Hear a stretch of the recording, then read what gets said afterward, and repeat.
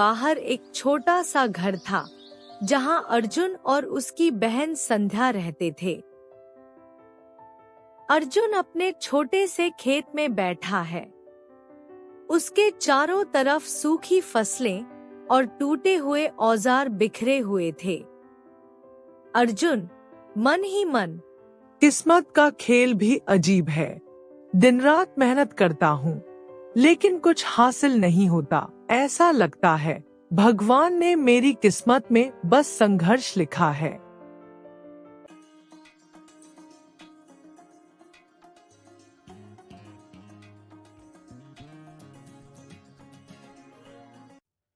भैया, क्यों इतना परेशान हो?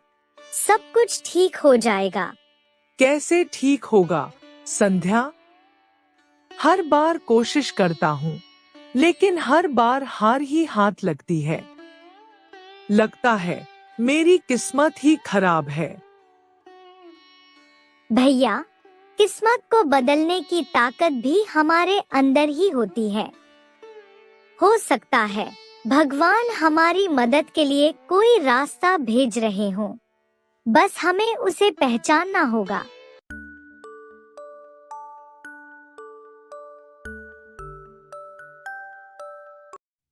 अर्जुन अपने घर के बाहर बैठा आसमान की तरफ देख रहा था। अचानक पास के जंगल से एक तेज रोशनी चमकती है।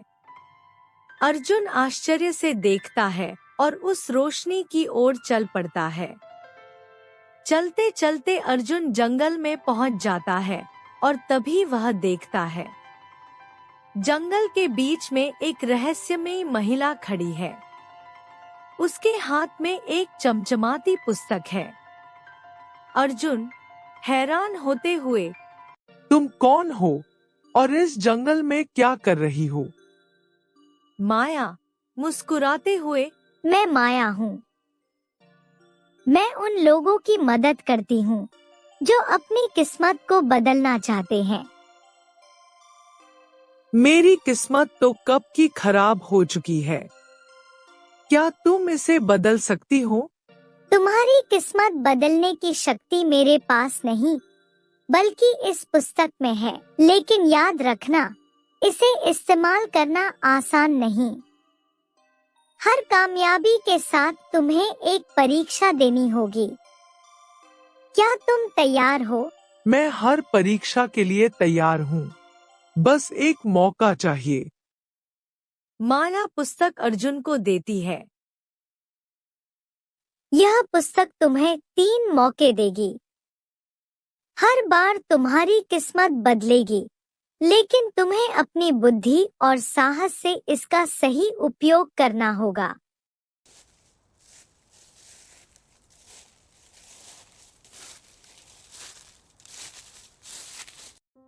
अर्जुन घर लौटकर पुस्तक खोलता है।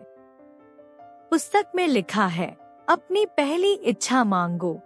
अर्जुन सोचता है और फिर कहता है, मैं चाहता हूँ कि मेरे खेत में सबसे अच्छी फसल हो। अचानक घर के बाहर तेज रोशनी फैलती है।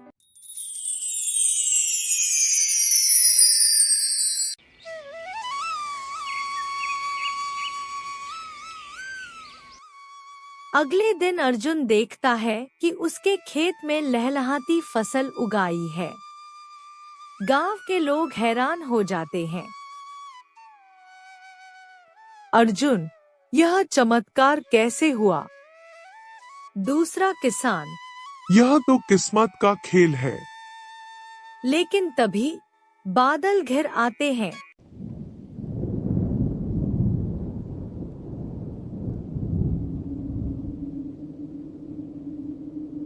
और जोरदार तूफान में उसकी फसल नष्ट हो जाती है।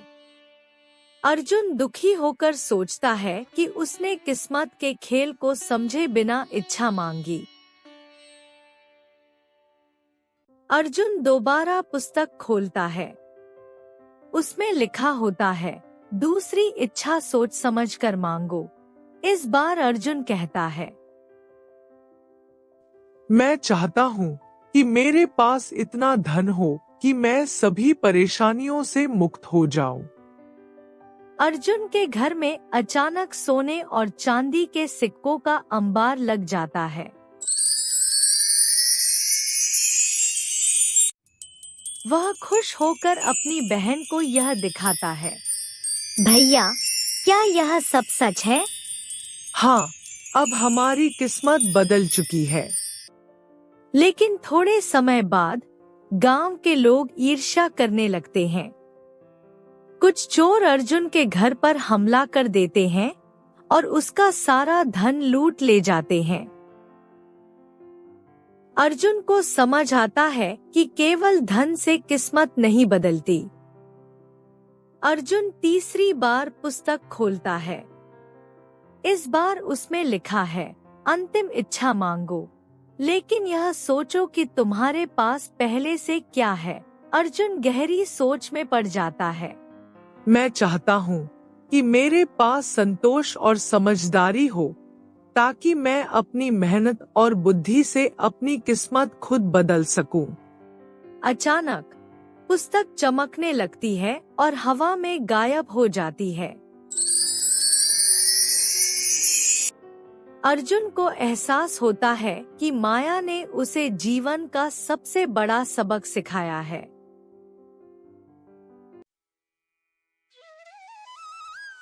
अर्जुन मेहनत से खेती करना शुरू करता है।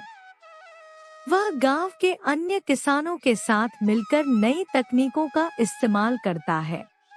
धीरे धीरे उसका जीवन बदलने लगता है।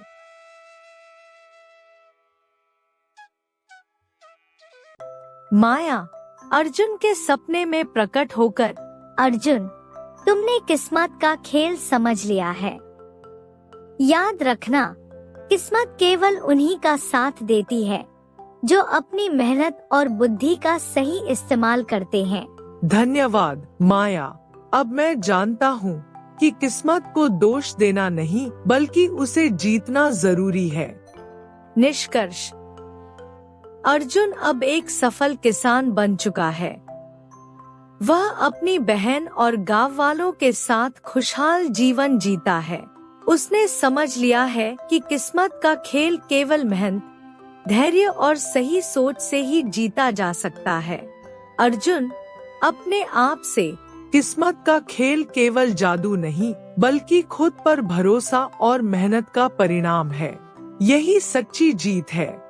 यह कहानी हमें सिखाती है कि किस्मत बदलने की ताकत हमारे भीतर होती है। सही सोच और मेहनत से हर असंभव को संभव बनाया जा सकता है।